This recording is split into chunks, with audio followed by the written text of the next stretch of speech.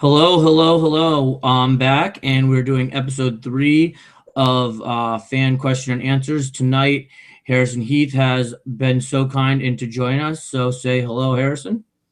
What's going on, guys? Thank you for having me. Pleasure to be on the show.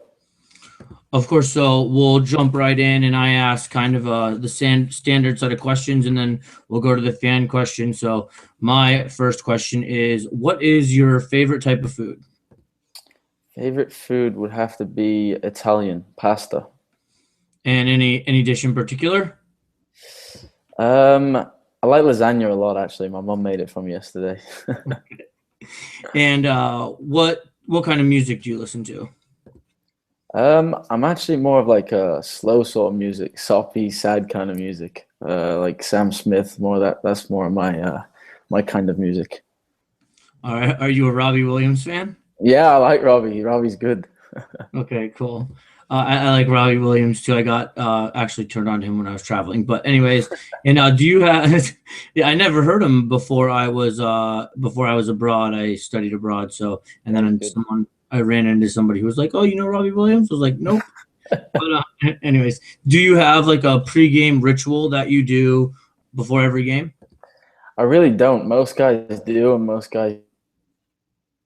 Oh, oh, I actually like. I'm hey, always like running on.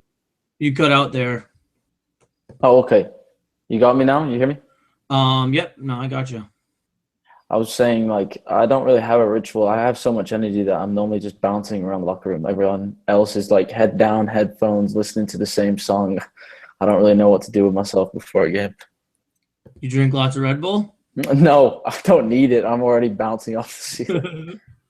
All right. And so I don't know how familiar you are with the channel, but I did a bunch of match previews and I had like Dennis Chin on, and then I had I had Tommy on, and I've asked everyone who I've had on the exact same question. Have you played two touch with Luke Bowden? I have. Luke's very good at two touch. But normally I end up playing with him and Tyler, and it normally ends up me and him teaming up on Tyler because Tyler's not very good when the English boys start giving him banter and stuff. So it normally ends up with me and Buds making him lose his head. So it's actually quite entertaining. But Buds is a very good two-touch player. Have you ever beat him? I'm gonna say yes, but I think it might just be a throwaway comment. Okay. So hopefully one day I'll have him on. Will he admit to losing to you? No, he'll never admit to losing at anything. That's the way Buds is. So. Okay, that's the like overall sentiment that I got there. Oh So yeah. yeah, and anyways, but Tommy said that he absolutely has seen him lose, but he made excuses. Were you there that day? For sure. No, that's every day, every single day with Buds. Every Something day. happens that makes him lose, and then next thing you know, somehow he's wriggled his way out of it, and he's playing you again, and then he beats you, and then he runs off with his arms in the air. Okay. Oh, Yeah, that's so Buds. and do you have a favorite chant? From the fans, Yeah. um, I really don't. I try. I mean, I try not to because when I'm sometimes on the bench, I catch myself like singing along, and then I'm thinking, all right, I need to be focused, and I'm sort of nodding my head, singing along with them. So I try and not really go along with it. But the fans are unbelievable. They have some really good songs, and it's cool to see actually them, sort of creating their own and getting their own sort of songs. That's really cool to see because a lot of the fans in the MLS, certainly some of them sing the same sort of song. So it's really cool to see our fans making their own. I really like that. And then so just from what I gathered, you were at the Norwich Youth Academy, and then from there you came to Orlando City in the USL. Do you support an English team, or are you a Norwich supporter? How does that work? No, I'm actually an Everton fan. Okay. Yeah, so that's who I support. Obviously, just growing up around that time where that was probably my dad's most famous years, I would say. So mainly an Everton fan. I like to see Stoke do well just because I was born and raised there, so I like to see that. And then obviously Norwich is. I was there for 2 years, so I never want to see them do bad. But mainly an Everton supporter. Okay, easy enough connection. Yeah. And did you know Phil from England, or did you meet him first when you were came to Orlando? I knew of Phil just through my dad because obviously my dad was close friends with him when I was growing up, but I was younger then, so I never really, I probably did meet him to be honest, but I don't really recall meeting him. And then obviously when I came over, then I actually ended up, when I was younger, I was living with them for a while. We were living with them first in Austin for like 6, 7 months. So then I got a close relationship with him. Okay. And who is your best friend on the team? Um, Best friend. I have a lot of friends. I'm close with Tyler. I'm really close with Tyler. We've lived together now for 2 years. And then also I live with Connor Donovan, so I have a connection there. I have a lot of friends though. And then I played with Kyle McFadden, who just signed for the USL for 2 years in Norwich. So obviously, and I lived with him for a year. So it's kind of cool. I have a lot of close friends by actually. Okay, that was going to be my next question. Can you tell me something that, we wouldn't know about, Kyle, because, I don't think anybody's really that familiar with him. I mean, you'd be the most familiar. Um, I have a lot of stories. I don't know if I can tell you that many, but as a player, I'll say you can expect somebody that's going to work really hard and tackle. He tackles harder than anyone I've ever played with. So as a player, you don't want to be against him in a five-a-side. Okay. All right, so we'll go to real quick, I'll just ask you one last one and then we'll go to the fan questions. But do you think you're going to be at OCB this year, or are you going to play at the major league, or are you going to do both, or just wherever you fit? I'm just gonna take preseason as it comes. I want to play games this year. That's the most important thing for me. Last year was actually pretty successful in terms of how I trained, and I got myself as a regular sort of on in the squad, and made my debut obviously, and got in a couple of games there, and that was all a bonus for me. And I'm happy with how I did. But ultimately, this year I need to play as many games as I possibly can. So playing in the USL, I'm excited for that. I think I'm going to play majority of the games in there, and then hopefully do as much as I can with the MLS. Whether it's training at most days with them and coming down for the games, or playing in the game and then even maybe traveling, with the MLS. We'll see what happens. I'm just trying to have the best possible preseason I can. And then I was most interested in, hearing about, your experience with the injury, and how, you made it for the Futures game and the All-Star game, but you didn't get to play it. And then Ryan Crutchy, I always mispronounce his name wrong. He's always giving me questions. He corrects me, and I still can't get it. He wants to know how your knee was, and was this the first time of this type of injury for you, or was it reoccurring, and have you dealt with other injuries similar or different over the years? This was definitely the first time I've ever done something that severe to my knee. Obviously you always have niggling injuries through your career, and I've had a few injuries, but never anything that's kept me out for longer than maybe, a month, 2 months, something like that. But this was nearly 4, going on 5. So this was a longer injury for me, and it was definitely mentally challenging. And I have the physios and everybody to thank for getting me back. And I'm just grateful that I can come back now and I don't feel any sort of pain or anything like that. And do you feel that the injury was because of the turf? That's the second part of his question. Um, I don't think it helped at all. That'll be my answer there. Just the way that I remember it obviously like it was yesterday. The way that my foot was planted, sort of straight on, and how I tried to dart to the right hand side. It's just if it had been grass, my foot would have probably slid, so the mud would have turned. And as I tried to do that, obviously the turf just didn't go anywhere. So that was obviously what caused my kneecap to then slide out. It didn't help that Fletcher was standing on my foot either. Yeah. I need to speak to him and tell him. Do you know him other than that, or? I've seen him around, and he was actually really, really good with me during it as it was happening, and he actually called about a week later and tried and found out how I was doing, which I thought was a real class act from him actually. Okay, that is. I mean, that's basically as much as you can do. Yeah. All right. So now I'll run through these Facebook questions. Okay. Chuck Tolman wants to know, how do you deal with the pressure of being the coach's son and people being a bit frustrated that you're under contract and some other people have been let go?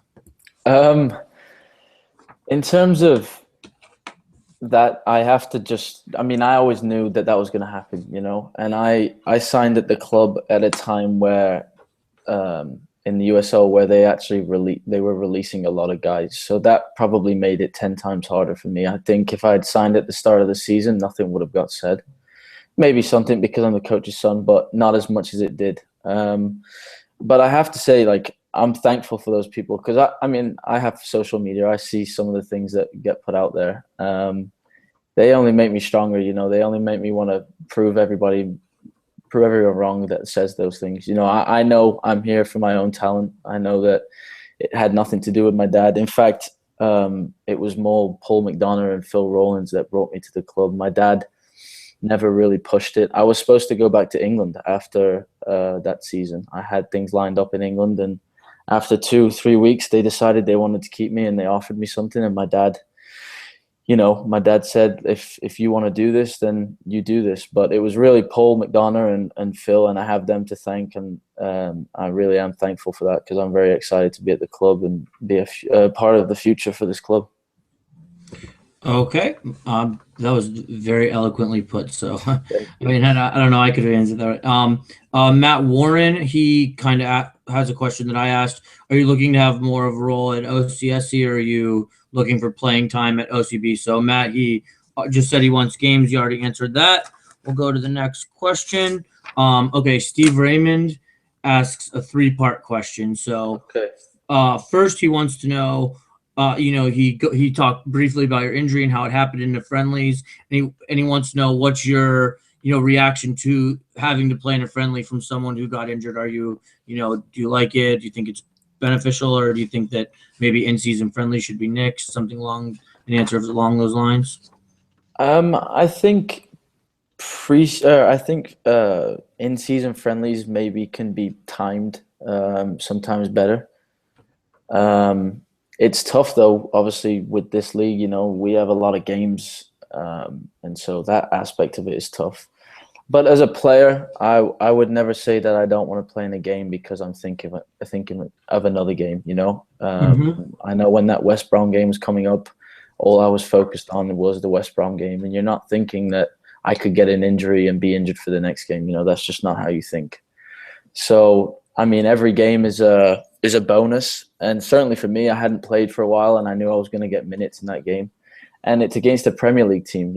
Why I don't know any player that wouldn't want to play in that game. So, it's part of what we do, and unfortunately, that we just have to deal with it as it comes. All right, and then the last part of his question are you going to consciously think about stepping onto the turf again this season, or do you think it's just something that will be in the back of your mind? I'll try and put it in the back of my mind as much as I can. I think maybe the first time I step out on there, maybe it'll be in my mind and I might be a little bit nervous, but that's expected. I was nervous when I first came back from the injury just at training, and that was on grass. So it's always going to be on your mind. You have to not think like that because that can affect your performance. You might not be doing the things you're supposed to because you're thinking about something else. So I'll try and put that in the back of my mind, not think about it, and just push forward and try and have a successful year. All right. Next question is from Mark Allen, and he wants to know, can you and him crush Breck Shea and Kyle Laren in beer pong in UK versus US and Canada challenge? Well, I don't know if I should answer this, but I'm going to answer it. We can definitely do that, and I think the UK would definitely win. Okay. That's my answer. But I don't know if I should have answered that because obviously maybe I shouldn't be playing beer pong. But yeah, we can win. The US won't be able to deal with the UK. No judgments from me. All right. Good question. Yeah. So there you go. Mark Allen, he bigged you up, so we appreciate the good question. All right. My main man Wade, he wants to know, did you have any players that were mentors that you looked up to growing up? Growing up, my favorite player was Xavi Alonso, or still is my favorite players. So I mean, I always like to watch him and sort of model myself on that, as more of a passer, and that's what I'm trying to be. Obviously, my dad, to a certain extent, was someone that I looked up to just because of how successful he was in the game. But that was really it. I was more focused on trying to improve myself than thinking about other players. I like to watch players and see how I can better myself from watching them. And this is just me. Have you always been a defensive midfielder, or did you kind of move around as a kid, or how did you get to the spot you're in? I did move around as a kid actually. Like I played wide for a while and came inside the pockets. Didn't really play out wide. I've never been that sort of player. I've played behind the striker as a 10, so I can play further up the field. I think the more I've matured and got older, the more that I've moved back, sort of thing, because my understanding of the game is probably quite high as for someone my age, just because I've been around it for a long time. So I think maybe that has something to do with it. But I'll play anywhere for the team. I just want to play, so I'll play anywhere. But no, mainly defensive midfield, I think, is my best position, and that's where I'm going to be for a long time. And I had little Raul on, and he's gonna be with OCB. Is he gonna be your mate back there? You two gonna go DM and DM if that's the situation, or would he? You don't think he'll get that many minutes? Sorry, did you say Raul? Yeah, I obviously trained with Raul. He trained with the MLS guys a few times last year. He has a big future ahead of him if he can get his head down and just take on everything on board from Ant and Rob and the gaffer at the MLS. If he can take everything on board, and I think he has a big future, and hopefully I can try and help him through certain situations. I know what it's like as a younger guy being involved with first team football. Sometimes it can be tough physically, mentally. So I'll try and help him as much as I can, and I'm sure there'll be a lot of guys that will try and help him. All right, and now we'll jump over to Twitter. Omar Havsby has 2 questions, and his first question is, how is it like having your dad be the manager of the team at the professional level? It can be tough, for sure. It can be tough. It was tougher when I was younger. And he wasn't even my manager then, to be honest. He was just, I used to just come over and train with the guys, and that was tough because he'd always be shouting at me. So when I was younger, I took that to heart a little bit. Now I sort of I expect it. I know it's coming. Me and my dad, I think, have a really good understanding of what we can and can't do. And I've said this before, I'm lucky to where I have a group of players that my teammates that are very understanding about it, because they could quite easily be the people that are the worst about it, and they're really not. They're understanding. I think me and my dad have made that happen because of how we act around each other. When I'm at work, he's my boss, just like everybody else. He's not my dad. I don't think about it like that. And I get it harder than anyone. So I think the players actually sort of sympathize towards me a little bit. So it works out all right, actually. It works out all right. But I'm sure it could have its challenges. I'm lucky that we haven't had too many so far. All right. And Omar Havsby's second question is, who is the funniest player on the Orlando City squad? I would have to say Buds. He wants to be center stage no matter what he does. He's always holding court. He is a funny guy. I think it has to be Buds, because I know when Buds is in the room, everybody's pretty quiet just listening to what he has to say. He's very loud. And Breck's pretty funny, but Breck's pretty funny in a different kind of way. More laughing at him, not with him, whereas Buds is laughing with him. Breck's just a bit of a weirdo, so you laugh at him. Okay. You want to tell us how he's a weirdo? I mean, I guess everybody sees stuff that he posts. He's just a different character, He's in his own little world, and he does his own things, and it's just funny to see. All right. And Chris at Orlando County SC from Twitter wants to know, which veteran or veterans on the squad have taken you under their wing and assisted in your development? In the early days, Rob Valentino, back in the USL, really helped me a lot. As when I was younger and a bit more naive and got angry too quickly and stuff like that, he really helped me there. And then this year, I would have to say Lewis Neal. And to an extent, actually, Breck. Breck is quite good at that because he's been around it for a long time, also. So he would talk to me about certain things and certain situations. Mark Patterson was very good with me as well. I have to say, I got on really well with Pato. But yeah, this year I would have to probably the most will be Lewis Neal, and I'm very excited to be able to hopefully play with him as well next year. That'll be great to be able to play on the same pitch. We've done it a couple of times, but hopefully more consistently this year coming up. Yeah, I'm thoroughly impressed by his new role. That's quite an interesting concept. Yeah, he's got a lot on his plate, Lewis. Yeah. I mean, how he's going to coach the kids, commentate the first team, and play on OCB. I think that's like I don't even have words for it. Yeah, I think he should definitely get Clubman of the Year already. They should just give him the award now.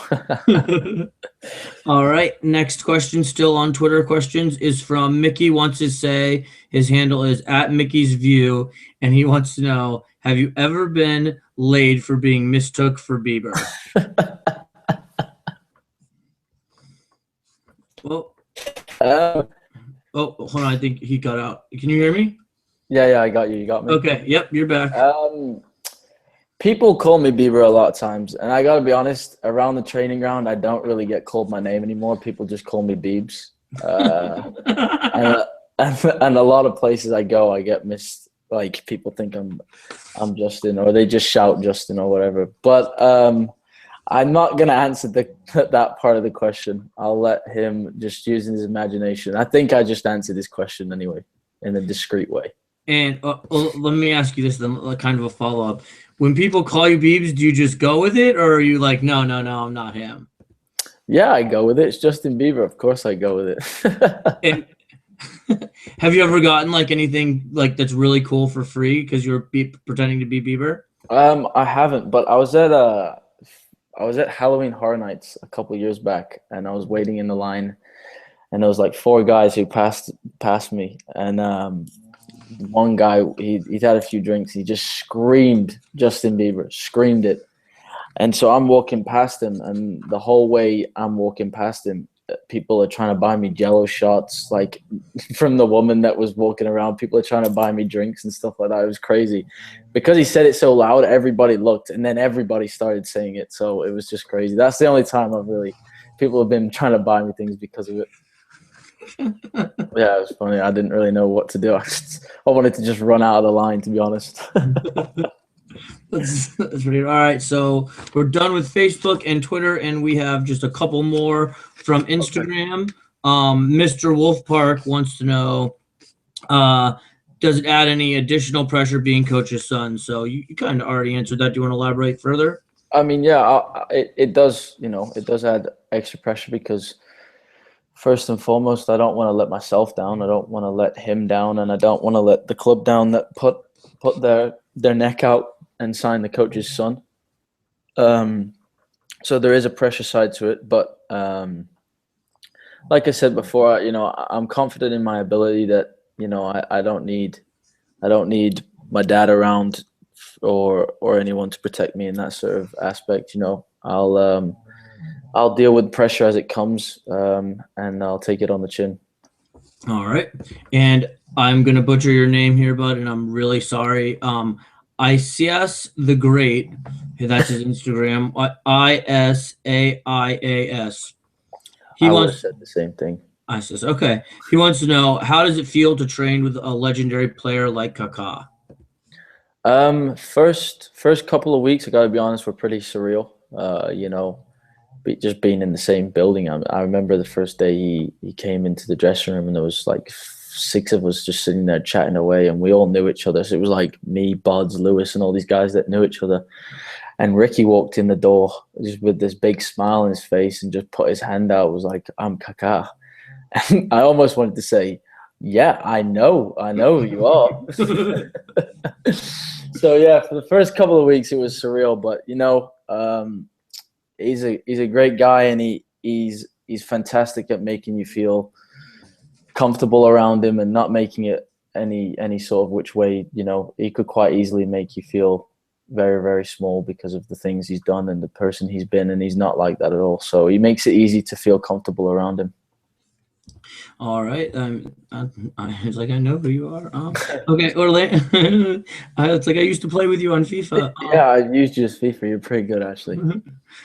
All right. Orlando City Highlights wants to know how does it feel when you're at the Citrus Bowl and the fans are specifically cheering for you?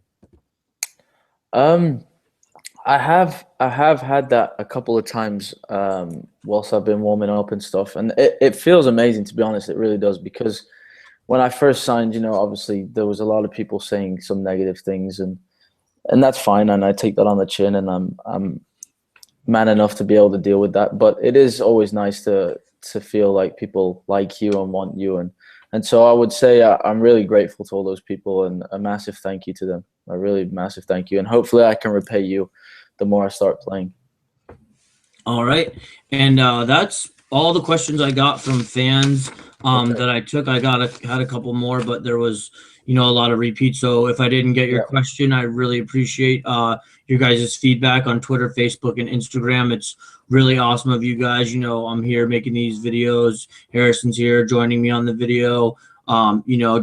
Just it's for the fans, nothing more. I'm just doing this to bring people together. So I just have one last question. I want to know why you wear number 8. Well, it was my dad's number when he was at Everton. At a lot of places, and I don't know. Just growing up as a kid, I always kind of wanted to be the same, and have the number 8 with the Heath above it is sort of a dream that I always had, of having my own shirt with that on. So I got, to be fair, the actual first game that I made my debut in DC. It was up, and me and Kaká were sitting next to each other, and I walked in, and to be able to see that, my own jersey, and not only my own jersey, to see it sitting next to Kaká's, was a crazy, crazy moment for me. So yeah, that's why I wear number 8, and hopefully I can wear it as well as he did. All right. And do you have any like hobbies or anything outside of soccer that you're really interested in? I play golf a lot. There's like 6 or 7 of us that play golf a lot. So yeah, that's always quite fun. We always have like little tournaments and stuff like that. It gets pretty crazy. So that's what we do, probably outside of football. And I saw on your Twitter that you said that your dad still can't beat you in golf. So what's the deal with that? Has he ever beat you? He used to beat me all the time when I was younger, but that's because I didn't know how to deal with him cheating. And I used to get just upset about it, and he knew that. But now I'm a bit more grown up, and I don't take that, and I can hit the ball twice as far of him, so he struggles to keep up with me now. But he's actually quite a good golfer, but I've just overstepped him a little bit. All right. Well, I don't have anything else for you tonight other than a last thank you, and I really appreciate you coming on. I know your time is valuable, and it's great. I'm so thankful. So thanks again, man, and everybody else. Thanks for the watch. Peace out. Thanks, guys.